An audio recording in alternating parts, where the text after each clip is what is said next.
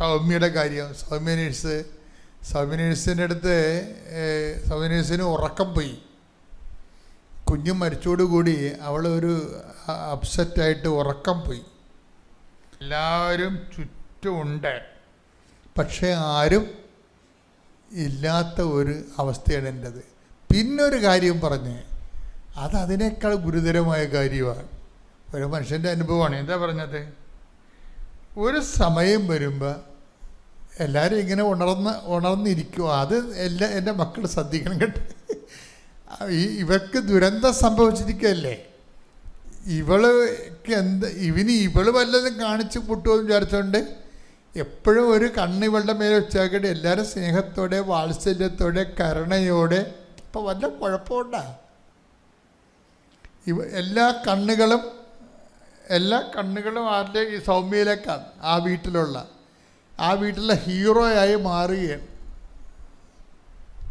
എന്നിട്ട് എല്ലാവരും ഇവരോട് സ്നേഹവും കാരുണ്യവും വാത്സല്യവും പണ്ടാര ആശ്വാസവും ഇതെല്ലാം കിടക്കുകയുണ്ട്.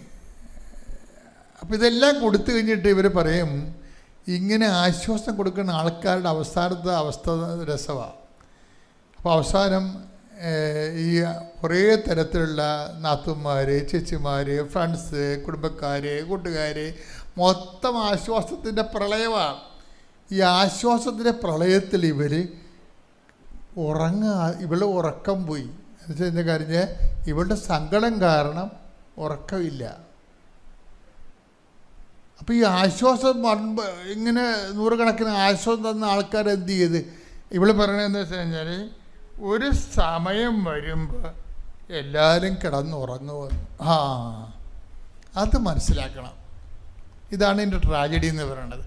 എത്ര ചക്കര തേൻ ഒലിപ്പിച്ച് ആശ്വാസം കൊടുത്താലും ഈ ആശ്വാസത്തിൻ്റെ വക്താവ് ഒരു സമയം വരുമ്പോൾ ഉറങ്ങും. നമുക്കപ്പോഴും ഉറക്കമില്ല. ഇത് എന്നെങ്കിലും സൗമ്യത്തിൽ നേരത്തെ അനുഭവിച്ചത് കൊണ്ടൊരു സന്തോഷമുണ്ട് എനിക്ക്. നമ്മൾ പല ആൾക്കാരും ചാകണ സമയത്ത് വാർദ്ധക്യത്തിലാണ് ഇതുപോലെ അനുഭവിക്കുന്നത്. ഇതൊരു ട്രാജഡിയാണ്. ഇതൊക്കെ ചെറുപ്പകാലത്ത് തന്നെ അനുഭവിച്ച് മാറേണ്ടതാണ്. എല്ലാവരും ഉണ്ടല്ലോ. വീട്ടുകാരുണ്ട്, നാട്ടുകാരുണ്ട്, തിരക്കാരുണ്ട്, ആളുണ്ട്, എല്ലാത്തിനും ഉണ്ട്. നമുക്കെന്തെങ്കിലുമൊക്കെ നിവൃത്തിയുള്ളവരാണെങ്കിൽ ആൾക്കാർ തിരക്കാൻ അന്വേഷിക്കാനൊക്കെ ഒത്തിരി പേരുണ്ടാകും. പക്ഷേ ഇതിൻ്റെ പേരിൽ പല ആൾക്കാരും മനുഷ്യൻ്റെ പാപം എന്ന് വെച്ച് കഴിഞ്ഞാൽ, ഞാൻ ഇത്രയും നാൾ വൈദികനായിട്ട് എനിക്ക് മനസ്സിലായത് മനുഷ്യൻ്റെ ഗുരുതരമായ പാപം എന്ന് പറയണത് ദൈവത്തെ അവോയ്ഡ് ചെയ്യണതാണ്. ദൈവത്തെ അവോയ്ഡ് ചെയ്യണത്. ഇപ്പം നിങ്ങളൊന്ന് അവോയ്ഡ് ചെയ്ത് നോക്കിയേ. നിങ്ങൾ വീട്ടിൽ അപ്പം തന്നെ പുലിയാവും അല്ലേ? നിങ്ങൾ അവോയ്ഡ് ചെന്ന് കണ്ടു കഴിഞ്ഞാൽ. ഇതുപോലെ തന്നെയാണ് ദൈവത്തെ ഇപ്പോൾ നിങ്ങളൊരു ബന്ധു ഒരു ഞായറാഴ്ച ഒരു ബന്ധു വീട്ടിൽ വന്ന് അപ്പം തന്നെ നിങ്ങൾ ഉടുത്ത സാരി കഴിച്ചിടും. എന്താണ്? വൈകുന്നേരം മറ്റേ പള്ളിയിൽ പോകാം എന്നും പറഞ്ഞ് അവിടെ മനസ്സിലായി അപ്പം തന്നെ ദൈവത്തെ അവോയ്ഡ് ചെയ്യും. പല ആൾക്കാരുടെയും ജീവിതത്തിൽ അവരുടെ ലിസ്റ്റ് എടുത്തു കഴിഞ്ഞാൽ ജോലിക്ക് വേണ്ടി, കൂട്ടുകാർക്ക് വേണ്ടി, അതുപോലെ തന്നെ ഗ്യാങ്ങിന് വേണ്ടി എല്ലാം ദൈവത്തെ അവോയ്ഡ് ചെയ്ത ചരിത്രമാണ്. നിങ്ങൾക്ക് അനുതാപിക്കണമെന്ന് തോന്നണമെന്നുണ്ടെങ്കിൽ ആ മേഖല ഒന്ന് ശ്രദ്ധിക്കണം, നല്ലതായിരിക്കും.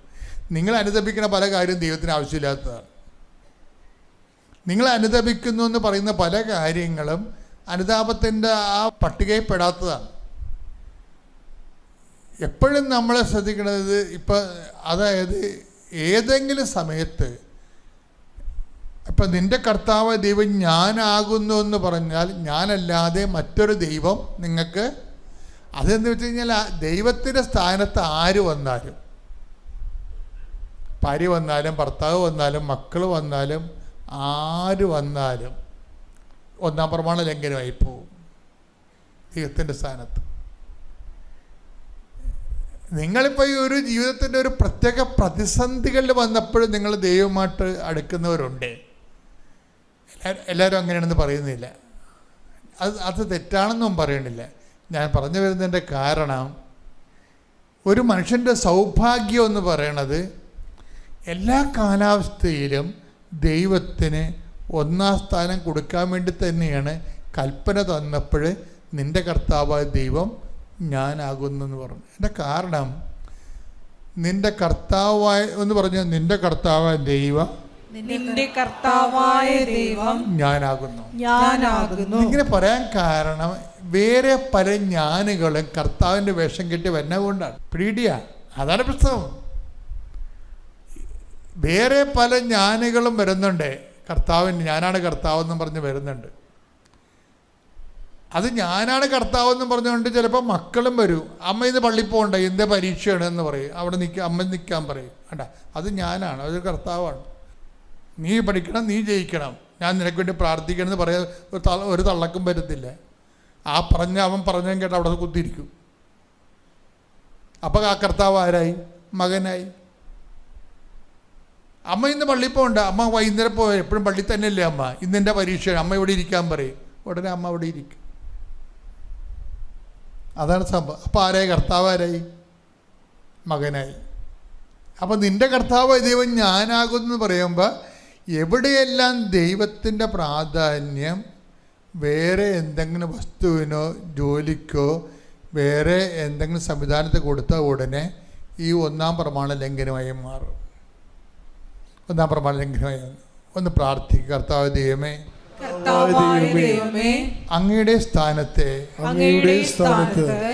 വേറെ വ്യക്തികൾക്കോ പ്രസ്ഥാനങ്ങൾക്കോ കൊടുത്തു പോയിട്ടുണ്ടെങ്കിൽ ഞാൻ ഈ നോൻപ് കാലത്ത് മാപ്പ് ചോദിക്കുകയും ദൈവമേ അങ്ങയ്ക്ക് പ്രഥമ സ്ഥാനം നൽകി ജീവിക്കാനുള്ള ഒരു പുതു ജീവിതത്തിലേക്ക് എന്റെ ജീവിതം പുനർക്രമീകരിക്കണം. ശ്രദ്ധിക്കട്ടെ. ഹല്ലേലൂയ, ഹല്ലേലൂയ, ഹല്ലേലൂയ,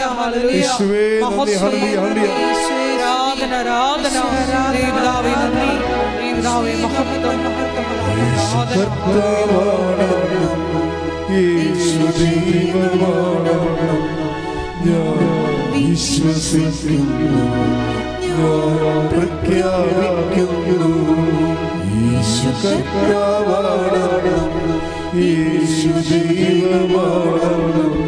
ഞാൻ വിശ്വസിക്കുന്നു, ഞാൻ പ്രഖ്യാപിക്കുന്നു, യേശുവേ രക്ഷകനാ കർത്താവേ നാഥനേ യേശുവേ രക്ഷകനാ കർത്താവേ നാഥനേ. ആദ്യമായി തന്നെ ഈശോയ്ക്കും മാതാവിനും സ്തുതിയായിരിക്കട്ടെ. ഞാൻ കഴിഞ്ഞ 2023 ഞാൻ കാസർഗോഡ് ഡിസ്ട്രിക്റ്റിൽ നിന്നാണ് വരുന്നത്. ഉടമ്പടി എടുത്തത് 28/3/2023 എടുത്തത്. അത് കഴിഞ്ഞിട്ട് ഞാൻ ഒമാനിലാണ് ജോലി ചെയ്തുകൊണ്ടിരുന്നത്. എൻ്റെ ജോലി സ്ഥലത്തേക്ക് പോയ ശേഷം ഒക്ടോബർ മാസത്തിൽ ഞാനൊരു ദിവസം വൈകുന്നേരം ഡ്യൂട്ടിയൊക്കെ കഴിഞ്ഞ് ഫ്രീ ആയിട്ടിരിക്കുന്ന സമയത്ത് 7:30 മണിയായപ്പോൾ പുറത്തൊരു ചായ കുടിച്ച് വെച്ച് എൻ്റെ വണ്ടിയിൽ ഓഫീസിൻ്റെ പുറത്ത് പാർക്ക് ചെയ്തിട്ട് വണ്ടിയിലിരുന്ന് ഫോൺ നോക്കിയിരിക്കുകയാണ്. അപ്പോൾ എൻ്റെ ഹോസ്പിറ്റലിനോട് ചേർന്ന് തന്നെ ഹോസ്പിറ്റലിൻ്റെ തന്നെ ഒരു മൾട്ടി സ്പെഷ്യാലിറ്റി ഹോസ്പിറ്റലുണ്ട്. ആ ഹോസ്പിറ്റലിൽ വന്ന് അവിടെ ഒരു ഒമാനി സ്ത്രീ എൻ്റെ വണ്ടിയുടെ സൈഡിൽ കൂടെ ചേർന്ന് വരികയും അവർ അവിടെ ബ്ലോക്കിൽ എൻ്റെ വണ്ടിയിൽ വന്ന് ഉരച്ച് എൻ്റെ വണ്ടിയുടെ ഫ്രണ്ട് ഡോറ് തൊട്ട് ഫ്രണ്ട് ബമ്പർ വരെ ഒരു സൈഡ് അങ്ങ് അടിച്ച് പൊളിച്ചുകൊണ്ട് അങ്ങ് പോയി. ഞാൻ ഇവരെ ഹോൺ അടിക്കുന്നുണ്ട്, ഹെഡ്ലൈറ്റ് പാസ് ചെയ്ത് കാണിക്കുന്നുണ്ട്, ഇവർ നോക്കുന്നേ ഇല്ല. ഞാൻ എൻ്റെ ഗ്ലാസ് താത്തിയിട്ട് അവരുടെ വണ്ടിയിൽ 2 പ്രാവശ്യം കൈവച്ചും തട്ടി അവരെ വിളിച്ചു. പെട്ടെന്ന് അവരുടെ ഡോറ് തുറന്ന് അവർ പുറത്തിറങ്ങി വന്നിട്ട് സ്റ്റുപ്പിഡെന്ന് വിളിച്ചിട്ട് എൻ്റെ അടുത്ത് ഷൗട്ട് ചെയ്ത്, വളരെ റൗഡായിട്ട് അവരുടെ അടുത്ത് ഷൗട്ട് ചെയ്ത് കഴിഞ്ഞപ്പോൾ ഞാൻ അവരോട് ചോദിച്ചു, നിങ്ങൾ എൻ്റെ വണ്ടിയിൽ വന്ന് ഇടിച്ചതിന് ശേഷം എന്നെ സ്റ്റുപ്പിഡെന്ന് വിളിക്കുകയും ചെയ്യുന്നു, ഞാനാണോ സ്റ്റുപ്പിഡ്, നിങ്ങളല്ലേ സ്റ്റുപ്പിഡിറ്റി കാണിച്ചതെന്ന് ഞാൻ അവരോട് ചോദിച്ചപ്പോൾ അവരവിടുന്ന് വീണ്ടും കുറച്ച് നേരം എന്നോട് ചൂടായിട്ട് അവർ വണ്ടി എടുത്ത് പെട്ടെന്ന് അവിടുന്ന് എക്സിറ്റ് ആയ പോലെ അവരവിടുന്ന് പോയി. പോയി കുറച്ച് നേരം 1 മണിക്കൂർ കഴിഞ്ഞപ്പോഴേക്കും എനിക്ക് പോലീസ് സ്റ്റേഷനിൽ നിന്ന് വിളി വരികയാണ്. എൻ്റെ വണ്ടിയുടെ നമ്പറും എടുത്ത് അവർ പോയി. എനിക്ക് പോലീസ് സ്റ്റേഷനിൽ നിന്ന് വിളി വരികയാണ്, നിങ്ങളുടെ പേരിൽ ഒരു കേസ് രജിസ്റ്റർ ചെയ്തിട്ടുണ്ട്. കേസ് രജിസ്റ്റർ ചെയ്തിട്ടുണ്ടെന്ന് പറഞ്ഞിട്ടാണ് വിളിക്കുന്നത്. പ്രതിയായ ഞാൻ അവിടെ ചെല്ലുക പോലും ചെയ്തിട്ടില്ല. അതിനു മുമ്പേ കേസ് രജിസ്റ്റർ ചെയ്തിട്ടുണ്ട്, കേസ് നമ്പർ ഇട്ടു, നിങ്ങൾ വരണം എന്ന് പറഞ്ഞിട്ട്. നിങ്ങൾ എത്തിയിട്ടില്ലെങ്കിൽ ഇന്ന് രാത്രി തന്നെ നിങ്ങളുടെ അടുത്ത് പോലീസ് വരുമെന്ന് പറഞ്ഞ് ഞാൻ അവിടെ ചെല്ലാമെന്ന് പറഞ്ഞു. ഒരു 10-15 മിനിറ്റിനുള്ളിൽ ഞാൻ അവിടത്തേക്ക് ചെല്ലുകയും ചെയ്തു. എൻ്റെ അടുത്ത് തന്നെയാണ് പോലീസ് സ്റ്റേഷൻ. അതിനു മുമ്പ് ഞാൻ എൻ്റെ ഓഫീസിൽ വിളിച്ച് ഈ കാര്യം പറഞ്ഞപ്പോൾ അവർ എൻ്റെ ഓഫീസിൽ നിന്ന് വൈകുന്നേരം ആയപ്പോഴേക്കും PROs ആയിട്ടുള്ള എല്ലാ ഒമാനീസും പോയിട്ടുണ്ടായിരുന്നു. ആരും തന്നെ ഇല്ല എൻ്റെ കൂടെ വരാൻ വേണ്ടി. ഞാൻ തന്നെ എൻ്റെ റൂംമേറ്റുമായിട്ട് ഞാൻ അവിടേക്ക് പോയി. അവിടെ ചെന്നപ്പോൾ ഇവർ ചെന്ന പാടെ തന്നെ ഒരു 10-15 മിനിറ്റ് എൻ്റെ കയ്യിൽ ഫോണും കാര്യങ്ങളൊക്കെ ഉണ്ടായിരുന്നു. അത്രയും സമയം എനിക്ക് ഇവരുടെ അടുത്ത് സംസാരിച്ച ശേഷം എനിക്ക് എൻ്റെ ഓഫീസിലേക്ക് വിളിച്ചിട്ട് എന്താ ഇവിടെ നടക്കുന്നതെന്ന് പറയാൻ എൻ്റെ ഓഫീസിലൊന്ന് വിളിച്ച് പറയാൻ പറ്റി. അവരെന്നോട് ഞാൻ ചെന്ന പാടെ പറഞ്ഞു, നീ ഞായറാഴ്ച വരെ നീ ലോക്കപ്പിലാണ്, ബുധനാഴ്ച വൈകുന്നേരമാണ് ഈ സംഭവം നടക്കുന്നത്, നിന്നെ ഞായറാഴ്ച നിനക്കിനി ഇവിടുന്ന് ജയിലിൽ നിന്ന്, ലോക്കപ്പിലല്ല ജയിലിലാണ്. സാധാരണ നമ്മളൊരു സിനിമയിൽ കാണുന്ന പോലെ പോലീസ് സ്റ്റേഷനിലകത്ത് കാണുന്ന സിംഗിൾ സെല്ലിനകത്തുള്ള ജയിൽ, ലോക്കപ്പല്ല ജയിലിനകത്താണ് ഞായറാഴ്ച വരെ. പിന്നെയാണ് അറിയുന്നത് ഈ ലേഡിയും അവരവിടുത്തെ ഒരു ഹയർ ആയിട്ടുള്ളൊരു ഫാമിലിയിൽപ്പെട്ടൊരു ഷെയ്ഖ് ഫാമിലിയിൽപ്പെട്ട ഒരു ലേഡിയാണ്. അവരും അവരുടെ ഫാദറും പഴയ അവിടുത്തെ എന്തോ ഒരു ഹയർ ആയിട്ടുള്ള ഗവൺമെൻറ് ജോലിക്കാരനുമാണ് അയാൾ. ഫാദറും കൂടെ വന്ന് ഞാൻ അവിടെ ചെല്ലുന്നതിന് മുമ്പ് തന്നെ എൻ്റെ പേരിൽ കേസും രജിസ്റ്റർ ചെയ്തു. എനിക്ക് പെട്ടെന്ന് അവരവിടുത്തെ പോലീസുകാരുമായിട്ട് സംസാരിച്ച് 4 ദിവസം ജയിലിലിട്ടതിന് ശേഷം മാത്രം ഇവനെ പുറത്തിറക്കിയാൽ മതി എന്ന് പറഞ്ഞു വെച്ചാൽ അവർ പറഞ്ഞു പോയി. ഞാൻ ചെല്ലുമ്പോൾ ഈ 10-15 മിനിറ്റ് കൊണ്ട് എനിക്ക് സംസാരിക്കാൻ ഇവരിവിടെ പറഞ്ഞ കാര്യങ്ങളല്ലാതെ പിന്നെ ഞാൻ പറയുന്നൊന്നും കേൾക്കാനോ ഒന്നിനും തയ്യാറായിട്ടുണ്ടായിരുന്നില്ല. എൻ്റെ കമ്പനിയിൽ ഞാൻ വിളിച്ച് പറഞ്ഞിരുന്നു ഇങ്ങനെയൊക്കെയാണ് സംഭവങ്ങൾ. PROs ഒക്കെ പോയി എന്നാണ് പറഞ്ഞത്. ഇവരെൻ്റെ അടുത്തുനിന്ന് ഫോണ്, വാലറ്റ്, ഞാൻ ഉടമ്പടി എടുത്തിരുന്ന എൻ്റെ കാശ് രൂപ എൻ്റെ മാലയിൽ ഞാൻ ലോക്കറ്റായിട്ട് ഇട്ടിരുന്നു. അതും എല്ലാം അവരെൻ്റെ അടുത്തുനിന്ന് മേടിച്ചു. നമ്മുടെ പാൻറ്റിൻ്റെ ബെൽറ്റ് അടക്കം ഇവരെൻ്റെ അടുത്തുനിന്ന് അഴിച്ച് മേടിച്ച് എന്നെ അവർ ലോക്കപ്പിലേക്ക് വിട്ടു. പിന്നെ എനിക്ക് ആരോടും ഒന്നും സംസാരിക്കാനില്ല, എൻ്റെ കയ്യിൽ ഫോണില്ല, ഒന്നുമില്ല. ലോക്കപ്പിൽ പോയപ്പോൾ അതുവരെ എനിക്ക് വേണ്ടി സംസാരിക്കാൻ വേണ്ടി ആരുമില്ല. എൻ്റെ കൂടെ വന്ന എൻ്റെ റൂംമേറ്റ് പോലീസ് സ്റ്റേഷൻ്റെ പുറത്ത് ഇപ്പോഴേ ഉള്ളൂ. ഞാൻ ആരും എൻ്റെ കൂടെ എനിക്ക് സഹായിക്കാൻ ആരും വരില്ല എന്ന് കരുതിയിട്ട് ഞാൻ ലോക്കപ്പിനകത്തേക്ക് പോയി. അവിടെ ചെന്ന് എൻ്റെ കയ്യിൽ കാശ് രൂപമില്ല, ഒന്നുമില്ല. ഞാൻ അവിടെ ഇരുന്ന് വിശ്വാസ പ്രമാണം മാത്രമേ ഉള്ളൂ. ഞാൻ പറഞ്ഞു എനിക്കിവിടെ കിടക്കേണ്ടതായിട്ടുള്ളൊരു തെറ്റ് ഞാൻ ചെയ്തിട്ടില്ല. എന്നെ ഇവിടുന്ന് 4 ദിവസം എന്നോട് കിടത്തരുത്. ഇന്ന് രാത്രി തന്നെ എനിക്ക് ഇവിടുന്ന് പുറത്തിറങ്ങാൻ പറ്റണം. എൻ്റെ കമ്പനി എന്നോട് പറഞ്ഞത് ഞങ്ങൾക്കിപ്പോൾ ഒന്നും ചെയ്യാൻ പറ്റില്ല, ഇനി ഞായറാഴ്ച മാത്രമേ ചെയ്യാൻ പറ്റുള്ളൂ എന്നാണ് പറഞ്ഞത്. ഞാൻ അവിടെ ഇരുന്നിട്ട് ഒരു 3 മണിക്കൂർ ഇവരെന്നെ പോലീസ് സ്റ്റേഷനകത്ത് വെറുതെ ഇരുത്തിയിരുന്നു. ഞാൻ പറയുന്ന കാര്യങ്ങളൊന്നും കേൾക്കാതെ വരുന്നതും പോകുന്നതുമായിട്ടുള്ള അറബി പോലീസുമാരെല്ലാം ചെറിയവർ തൊട്ട് ഹയർ പോസ്റ്റിലിരിക്കുന്നവർ വരെ വന്ന് എന്നെ അടുത്ത് ഷൗട്ട് ചെയ്ത് പോയിരുന്നു. ഞാൻ പറയുന്ന ഒരു കാര്യങ്ങൾ പോലും അവർ കേൾക്കാൻ റെഡിയായിരുന്നില്ല. 3 മണിക്കൂർ അവിടെ ഇരുത്തിയ ശേഷം എന്നെ അവിടെ ഒരു ജയിലിലേക്ക് കൊണ്ടുപോയി. ഒരു 3-4 ഡോറ് തുറന്ന് 4ാമത്തെ ഡോറാണ് മെയിൻ ഡോറിൻ്റെ തുറന്ന് എന്നെ അവിടെ ലോക്കപ്പിലിട്ടു, ജയിലിലിട്ടു. എനിക്ക് ആ 2 കരിമ്പടമൊക്കെ തന്നേച്ച് എന്നോട് പറഞ്ഞു, നീ ഇനി ഇവിടെ ഞായറാഴ്ച വരെ നീ ഇവിടെയാണ്. വളരെ പുച്ഛത്തോടെയാണ് അവരെന്നോട് സംസാരിക്കുന്നത്. ഞാനതവിടെ കൊണ്ടിട്ട് അവിടെ നിലത്തോട്ടിട്ട് ഞാൻ അവിടെ ഇരുന്നേച്ച് അങ്ങ് വിശ്വാസ പ്രമാണം ചൊല്ലാൻ തുടങ്ങി. ഞാൻ പ്രത്യക്ഷപ്പെടുന്ന പ്രാർത്ഥന അതൊന്നും എനിക്ക് കാണാപ്പാട് അറിയത്തില്ലായിരുന്നു. വിശ്വാസ പ്രമാണം ഞാൻ ചൊല്ലിക്കൊണ്ടിരുന്നു. ഇന്ന് ഇവിടെ രാത്രി എനിക്ക് കിടക്കാൻ ഇടവരരുത്. ഞാനൊരു 1/4 മണിക്കൂർ വിശ്വാസ പ്രമാണം കണ്ടിന്യൂസ് ആയിട്ട് ചൊല്ലി. എത്ര എണ്ണം ചൊല്ലിയെന്നൊന്നും അറിയത്തില്ല. എന്നെ കൊണ്ട് അവിടുന്ന് പോലീസുകാർ വന്ന് നിനക്ക് തിരിച്ചു പോകാമെന്ന് പറഞ്ഞിട്ട് എന്നെ വന്ന് വിളിച്ചിട്ട് എന്നോട് പറഞ്ഞു, നീ ഇവിടെ ഇതിനുള്ളിലേക്ക് കയറിയതൊരു സ്ത്രീ കാരണമാണെന്നുണ്ടെങ്കിൽ നീ ഇതിന് പുറത്തിറക്കുന്നത് ഞങ്ങളുടെ ഡിപ്പാർട്ട്മെൻറ്റിൽ ഹയർ ആയിട്ടുള്ള ഒരു പോലീസ് ഉദ്യോഗസ്ഥ ലേഡി ആയിട്ടുള്ളൊരു പോലീസ് ഉദ്യോഗസ്ഥ കാരണമാണ് നീ ഇവിടുന്ന് പുറത്തിറങ്ങുന്നതെന്ന് ആ പോലീസുകാരനോട് വളരെ അത്ഭുതകരമായിട്ട് എന്നോട് പറഞ്ഞു. എന്നെ പുച്ഛിച്ച് പറഞ്ഞിരുന്ന പോലീസുകാരാണ് അങ്ങനെ പറഞ്ഞ് എന്നെ പുറത്തിറക്കിയപ്പോൾ ഞാൻ നോക്കുമ്പോൾ എൻ്റെ കമ്പനിയുടെ ഒരു PRO അവിടെ വന്നിട്ടുണ്ട്. അവൻ്റെ റിലേറ്റീവാണ് ഈ പോലീസുകാർ. അയാൾക്ക് ഒരു കാരണവശാലും ഇങ്ങനെ ഒരു നിസ്സാര കാര്യത്തിന് വേണ്ടി ഈ ലേഡിയെ വിളിക്കാൻ പറ്റില്ല. ഇവിടെ ഞാൻ പറഞ്ഞറിഞ്ഞുള്ള ഇവിടെ ഒരു IG പോലുള്ളൊരു പോസ്റ്റിലിരിക്കുന്ന ഒരു ആളാണ് ഇയാളുടെ റിലേറ്റീവായിട്ടുള്ള ഈ പോലീസ് ഉദ്യോഗസ്ഥൻ. അയാൾ പല വിധത്തിലും സാധാരണക്കാരായിട്ടുള്ള പോലീസുകാരുടെ അടുത്തൊക്കെ സംസാരിച്ചു, ആരും സമ്മതിക്കുന്നില്ല എന്നുണ്ടപ്പോൾ അവസാനം എൻ്റെ PRO വിളിച്ച് സംസാരിച്ചാണ് ആ ലേഡിയോട്. അവർ കാര്യങ്ങൾ അന്വേഷിച്ചപ്പോൾ ഈ ലേഡി എനിക്കെതിരെ കംപ്ലൈൻറ്റ് കൊടുത്ത ലേഡിയും അവരുടെ ഫാദറും അവരുടെ ഒരു സ്റ്റാറ്റസ് വെച്ചിട്ടൊരു ഈഗോ ഹർട്ടായിട്ടാണ് എനിക്കെതിരെ ഈ കേസ് കൊടുത്തതും.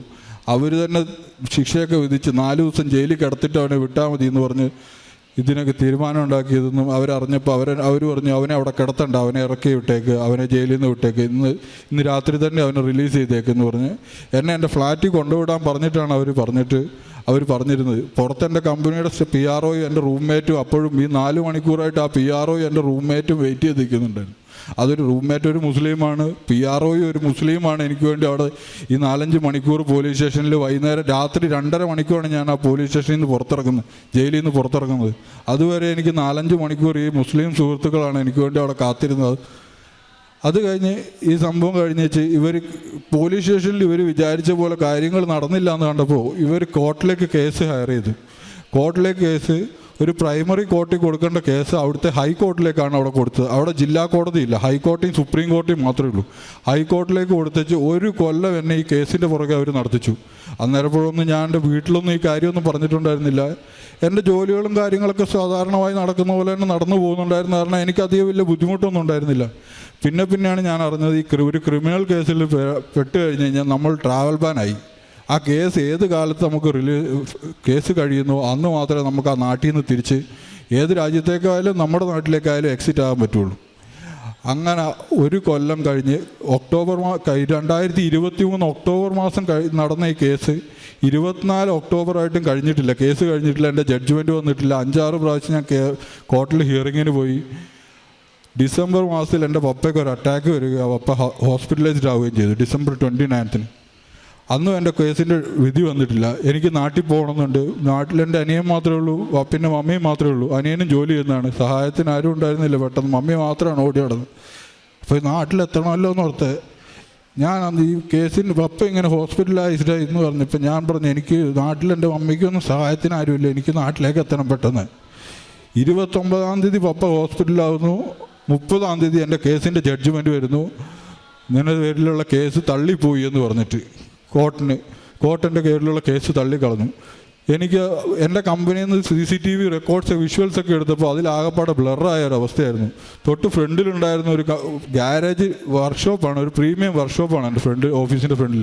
അവരെനിക്ക് ഒരു 6 മാസത്തിന് ശേഷമാണ് അവരുടെ ഹാർഡ് ഡിസ്ക് 6 മാസം കൂടുമ്പോൾ അവരെടുത്ത് മാറ്റുന്നതാണ്. ആ ഹാർഡ് ഡിസ്കിൽ നിന്ന് അവർ സെർച്ച് ചെയ്ത് എടുത്ത് എനിക്ക് ഈ വിഷ്വൽസ് കറക്റ്റായിട്ട് തുടക്കം മുതൽ അവസാനം വരെയുള്ളൊരു വിഷ്വൽസ് ഇവർ എനിക്ക് എടുത്തു തരികയും അത് ഞാൻ എൻ്റെ എനിക്ക് കമ്പനി ലോയറെ ആക്കി തന്നിരുന്നത്.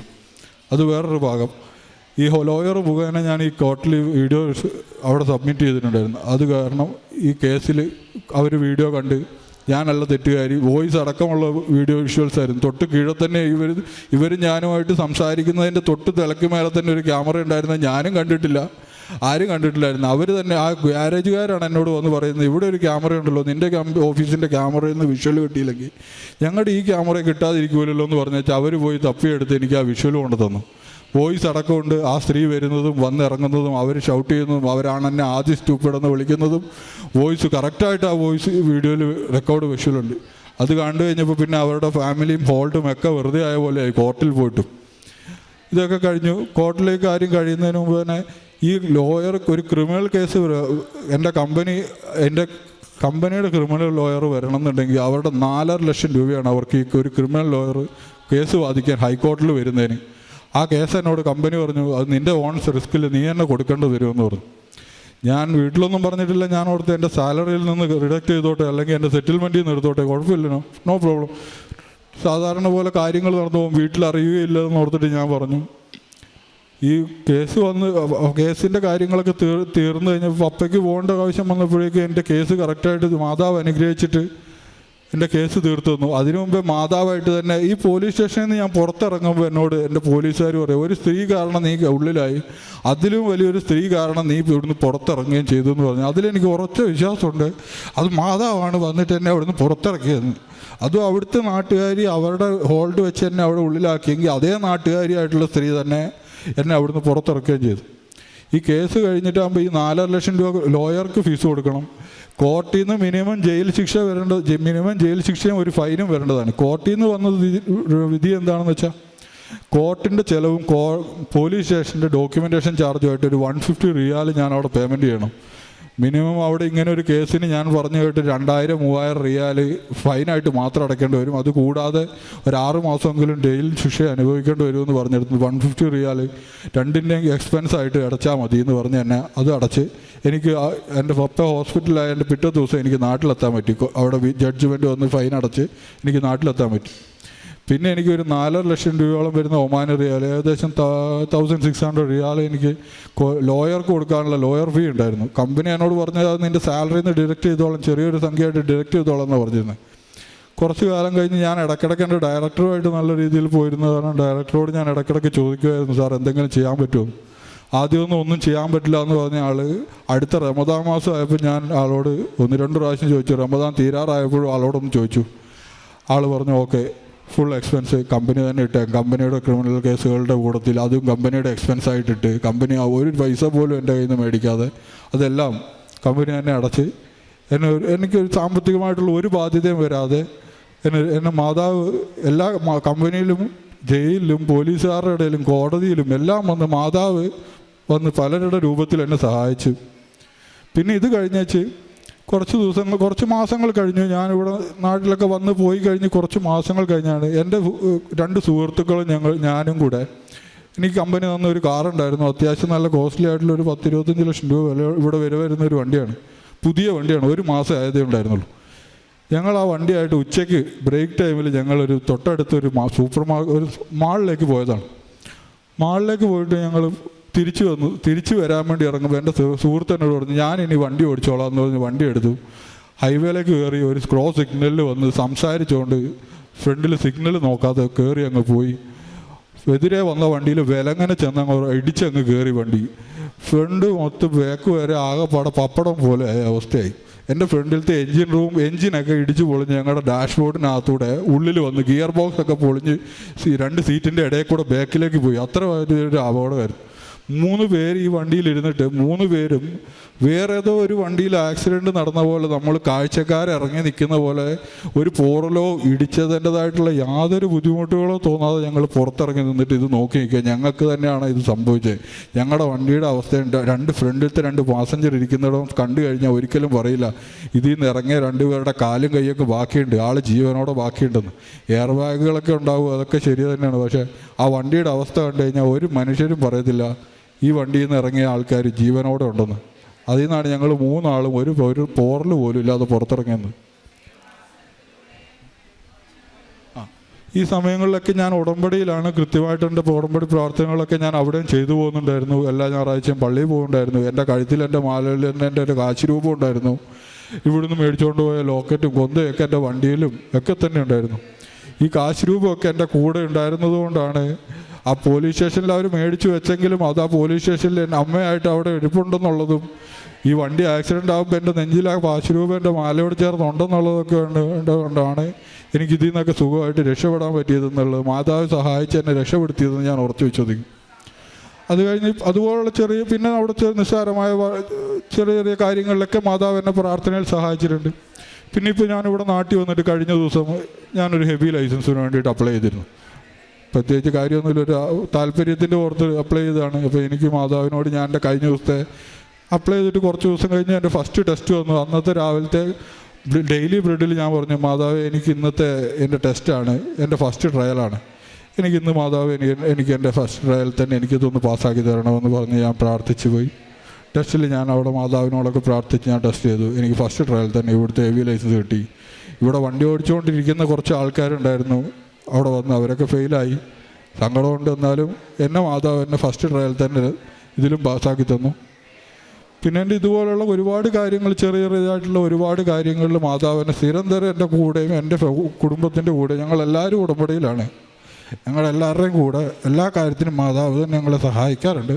എല്ലാത്തിനും ഒരുപാട് നന്ദി. കാരുണ്യപ്രവർത്തികളായിട്ട് ഞങ്ങളിവിടെ അനാഥാലയങ്ങളിലും ഹോസ്പിറ്റലുകളിലൊക്കെ പോവുകയും പൈസയ്ക്ക് ബുദ്ധിമുട്ടുന്ന ആൾക്കാരെ കാണുമ്പോൾ വലിയ രീതിയിലൊന്നുമല്ല, ഞങ്ങളെ കൊണ്ട് പറ്റുന്ന രീതിയിൽ ഞങ്ങൾ സാമ്പത്തികമായിട്ട് സഹായിക്കാറുണ്ട്. പിന്നെ ഈ വാട്സാപ്പ് ഗ്രൂപ്പുകളിലൊക്കെ ഒരുപാട് പേരുടെ സഹായത്തിന് വേണ്ടിയിട്ട് വരുന്നതിലൊക്കെ പൈസ ഇട്ട് കൊടുക്കാറുണ്ട്. പിന്നെ ഭക്ഷണം പലർക്കും റോഡ് സൈഡിലും ഹോസ്പിറ്റലിലൊക്കെ പലർക്കും ഭക്ഷണം പാഴ്സലായി മേടിച്ചുകൊണ്ട് കൊടുക്കുകയും വീട്ടിലുണ്ടാക്കി കൊടുക്കുകയൊക്കെ ചെയ്യാറുണ്ട്. അവിടെ ആയിരിക്കുമ്പോഴും എനിക്ക് അവിടെ ഞങ്ങൾക്ക് ഡെയിലി കുർബാനയ്ക്കില്ലെങ്കിലും വെള്ളിയാഴ്ചയാണ്, എല്ലാ വെള്ളിയാഴ്ചകളിലും ഞാൻ അവിടെ കുർബാനയ്ക്ക് പോവുകയും രാവിലെ വൈകുന്നേരമുള്ള എൻ്റെ പ്രത്യക്ഷീകരണ പ്രാർത്ഥനയും സായാഹ്ന പ്രാർത്ഥനയും ഞാൻ ചൊല്ലുകയും ചെയ്യാറുണ്ട്. ചില ദിവസങ്ങളിൽ മാത്രം എൻ്റെ ജോലിയുടെ ചിലപ്പോൾ മാത്രം എനിക്കിത് മുടക്കം വന്നിട്ടുണ്ട്. പറ്റാവുന്ന എല്ലാ ദിവസങ്ങളിലും ബൈബിൾ വായിക്കുകയും എല്ലാ കാര്യങ്ങളും ഞാൻ അവിടെ ആയിരിക്കുമ്പോഴും ചെയ്യാറുണ്ട്. ഇതുകൊണ്ടൊക്കെ തന്നെ ആയിരിക്കണം മാതാവ് എന്നെയും എൻ്റെ കുടുംബത്തെയും സഹായിച്ചതെന്ന് ഞാൻ ഉറച്ചു വിശ്വസിക്കുന്നു. മാതാവിനെ ഈശോയ്ക്ക് ഒരുപാട് നന്ദി. എൻ്റെ പേര് മേരി ഏവി. ഞാൻ ആലുവ ചൂണ്ടിയിൽ നിന്നാണ് വരുന്നത്. 17/6/2023 ഞാൻ ആദ്യമായിട്ട് ഉടമ്പടി എടുത്തത്. എൻ്റെ മൂത്ത മകൾ ആതിരയ്ക്ക് വേണ്ടിയിട്ടാണ് ഞാൻ ഉടമ്പടി എടുത്തത്. അവൾ ഒരു MBBS സ്റ്റുഡൻ്റ് ആയിരുന്നു. അവളുടെ ഫൈനൽ ഇയർ എക്സാം എത്ര എഴുതിയിട്ടും പാസ്സാകുന്നില്ല. അവൾക്ക് ഡിപ്രഷനും മറ്റു പല ശാരീരിക ബുദ്ധിമുട്ടും മൂലം ഒക്കെ തീരെ പഠിക്കാൻ പറ്റാത്ത ഒരവസ്ഥയിലായിരുന്നു. അങ്ങനെ 6ാമത്തെ ഉടമ്പടി വരെ എത്തി. ആറാമത്തെ ഉടമ്പടി കഴിയുമ്പോഴാണ് അവളുടെ എക്സാം വരുന്നത്. അപ്പം ജോസഫ് അച്ഛൻ കഴിഞ്ഞ ഒക്ടോബറിൽ ഒരു 6 എന്നുള്ളൊരു സംഖ്യ കാണുന്നുണ്ടെന്ന് പറഞ്ഞു. അപ്പോൾ ഞാൻ ഉറച്ചു വിശ്വസിച്ചു അത് എന്നെ ഉദ്ദേശിച്ചത് എന്നെ മാതാവിൽ നിന്ന് അച്ഛനെ കൊണ്ട് പറയിപ്പിക്കുന്നതാണെന്ന്. അപ്പോൾ അങ്ങനെ ഞാൻ ജൂണിലാണ് അവളുടെ റിസൾട്ട് അടുത്തത് അറിയേണ്ടത്. അപ്പോൾ ഞാൻ മാതാവിനോട് ശക്തമായിട്ട് കണ്ണീരോടെ പ്രാർത്ഥിച്ചു. ജൂണിൽ അവളുടെ റിസൾട്ട് അറിഞ്ഞ് അവൾ MBBS ഫൈനൽ ഇയർ പാസ്സായി. അവളുടെ അലർജി, അതുപോലെ തന്നെ അവൾക്ക് പല ശാരീരിക ബുദ്ധിമുട്ടുകളുണ്ടെന്ന് ഞാൻ പറഞ്ഞല്ലോ. അവൾക്ക് അലർജി അസുഖം വളരെ ബുദ്ധിമുട്ടുകളൊക്കെ ഉണ്ടായിരുന്നു. അതെല്ലാം പൂർണ്ണമായിട്ട് മാറി. അതാണ് എൻ്റെ ഒരേ ഒരു ഉടമ്പടി. ഞാൻ അത് തന്നെയാണ് ഈ 6 പ്രാവശ്യം വെച്ചിരുന്നത്. പിന്നെ ഞാൻ നിയോഗത്തിൽ പറയാത്ത കാര്യങ്ങളാണ് പിന്നെ എനിക്ക് തന്ന അനുഗ്രഹങ്ങൾ. 29 വർഷമായിട്ട് എൻ്റെ ഉള്ളംകാലിൽ വിണ്ട് കീറി എനിക്ക് വളരെയധികം ബുദ്ധിമുട്ടുകളുണ്ടായിരുന്നു. ചൊറിച്ചിൽ, വേദന, സഹിക്കാൻ വയ്യാത്ത വേദന, അങ്ങനെ വളരെ ബുദ്ധിമുട്ടി ഞാൻ 29 വർഷമായിട്ട്. അത് 3ാമത്തെ എൻ്റെ ഉടമ്പടിയിൽ പുതുക്കി കഴിഞ്ഞപ്പോഴത്തേക്കും മാതാവിന് പൂർണ്ണമായിട്ട് എനിക്ക് മാറ്റി തന്നത്. ഞാൻ ഉടമ്പടി ഉപ്പ് ഇട്ട് വെള്ളത്തിലിട്ട് ചൂട് പിടിക്കുമായിരുന്നു, തൈലം പുരട്ടുമായിരുന്നു. അങ്ങനെ പൂർണ്ണമായിട്ട് അതെനിക്ക് 3ാമത്തെ ഉടമ്പടിയിൽ തന്നെ പൂർണ്ണമായിട്ട് അമ്മേനെ അത് മാറ്റി എനിക്ക് തന്നു.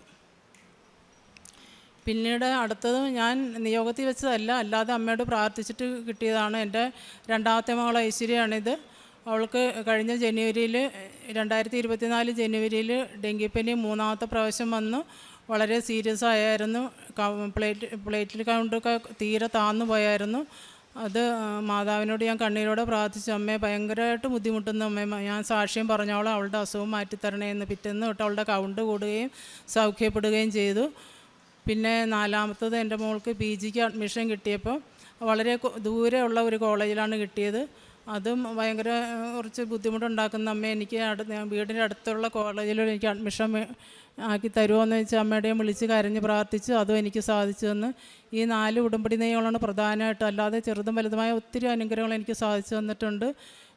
ഉടമ്പടി എൻ്റെ മോള് പരീക്ഷയ്ക്ക് പോകുമ്പോൾ ഉടമ്പടി കാശുരൂപം കഴുത്തിലിട്ടാണ് ഞാൻ കൊടുത്തു വിടുന്നത്. ഉടമ്പടി ഉപ്പ് ഉപയോഗിക്കാറുണ്ട്. തൈലം നെറ്റിയിൽ വരച്ചിട്ടാണ് വിടുന്നത്. അതുപോലെ തന്നെ തേനും ഒക്കെ കഴിപ്പിച്ചിട്ടാണ് പരീക്ഷയ്ക്ക് 2 പേരെ അങ്ങനെയാണ് ഞാൻ വിടാറുള്ളത്. ചെറുതും വലുതുമായ ഈ ഒത്തിരി കോടാനുകോടി നന്ദി അമ്മയ്ക്ക് അർപ്പിക്കുന്നു. ചെറുതും വലുതുമായ ഒത്തിരി അനുഗ്രഹങ്ങൾ തന്നതിന് കോടാനുകോടി നന്ദി അമ്മയ്ക്കും ഈശോയ്ക്കും അർപ്പിക്കുന്നു. കാരുണ്യ പ്രവൃത്തികൾ ഞാൻ റോഡരിയിലുള്ളവർക്ക് ഭക്ഷണം ഉണ്ടാക്കി കൊടുക്കുമായിരുന്നു. രോഗികൾക്ക്, പാവപ്പെട്ട രോഗികൾക്ക് പൈസ സഹായം ചെയ്യുമായിരുന്നു. പിന്നെ എൻ്റെ മുന്നിൽ വരുന്ന, നേരത്തെ ഒന്നും എൻ്റെ സ്വഭാവം അങ്ങനെ അല്ലായിരുന്നു. ഞാൻ ആർക്കും അങ്ങനെ കൈയച്ച് അങ്ങനെ സഹായം ചെയ്യുന്ന ആളെ അല്ലായിരുന്നു. പക്ഷേ ഇപ്പം എനിക്ക് അങ്ങനെയല്ല. ഞാൻ ഈ ഉടമ്പടി എടുത്തപ്പോൾ ഞാൻ ഒത്തിരി എനിക്ക് എൻ്റെ സ്വഭാവത്തിൽ എനിക്ക് മാറ്റം വന്നിട്ടുണ്ട്. ഒത്തിരി ആരും എൻ്റെ മുന്നിൽ വന്നാലും ഞാൻ അവരെ വെറുതെ വിടാറില്ല. അതുപോലെ തന്നെ വൃദ്ധസദനത്തിൽ ഞാൻ ഒരു നേരത്തെ ഭക്ഷണത്തിന് പൈസ കൊടുത്തിട്ടുണ്ട്. അങ്ങനെ ഒത്തിരി മാറിയിട്ടുണ്ട് ഞാൻ. പിന്നെ ആത്മീയമായിട്ട് ഉള്ളത്, ദിവസവും പള്ളിയിൽ പോകുന്നുണ്ട്, കുർബാന കാണുന്നുണ്ട്, കുമ്പസാരം ഇവിടുത്തെ പറഞ്ഞ പോലെ തന്നെ കാര്യങ്ങളെല്ലാം ഞാൻ ചെയ്യുന്നുണ്ട്. പ്രാർത്ഥനയും ബൈബിൾ വായന എല്ലാം കൃത്യമായിട്ട് ചെയ്യുന്നുണ്ട്. ഇപ്പോൾ ഈ കുറച്ച് ദിവസം ഈ റിസൾട്ട് അറിയുന്നവർ എനിക്കും ഒരു ബുദ്ധിമുട്ടൊക്കെ ആയിരുന്നു മാനസികമാണ്. അതുകൊണ്ട് കുറച്ച് ഈ കഴിഞ്ഞ മാസമൊക്കെ ഇച്ചിരി ഇതായിപ്പോയിട്ടുണ്ട്. പക്ഷേ ഈ ഉടമ്പടിയിൽ തന്നെ ഇപ്പോൾ 7ാമത്തെ ഉടമ്പടി ഇന്ന് ഞാൻ പുതുക്കിയേക്കുവാണ്. ഉടമ്പടിയിൽ തന്നെ ജീവിച്ചു പോകാനാണ് എൻ്റെ ആഗ്രഹം. ആത്മീയമായിട്ടും ഇനി വളരെയേറെ മുന്നോട്ട് ഇനിയും പോകാനുണ്ട്. ഇനി അതുപോലെ തന്നെ മുന്നോട്ട് പോകാനായിട്ട് തന്നെയാണ് പ്രാർത്ഥിക്കുന്നത്. പ്രേക്ഷിത പ്രവർത്തനം പത്രം ഞാൻ ഇവിടുന്ന് 1-2 മാസങ്ങളിൽ വന്ന് 3 കെട്ടും ഇടയ്ക്ക് 5 കെട്ടൊക്കെ വാങ്ങാറുണ്ട്. അത് ഗവൺമെൻറ് ഹോസ്പിറ്റൽ അതുപോലെ തന്നെ മെഡിക്കൽ കോളേജ് അവിടെയൊക്കെയാണ് ഞാൻ കൊടുക്കാറ്. കാര്യങ്ങൾ പറഞ്ഞാണ് ഞാൻ കൊടുക്കാറ്. ഇപ്പോൾ ഏറ്റവും വലിയ ഉടമ്പടി നിയോഗം എൻ്റെ മോളെ പരീക്ഷ പാസ്സാക്കിയതാണ്. ഞാൻ വെച്ചില്ല ഏറ്റവും വലിയ ഉടമ്പടി നിയോഗം. അതമ്മ സാധിച്ചു തന്നതിൽ അമ്മയ്ക്ക് ഈശോയ്ക്ക് ഒരിക്കൽ കൂടി കോടാനുകൂടി നന്ദി.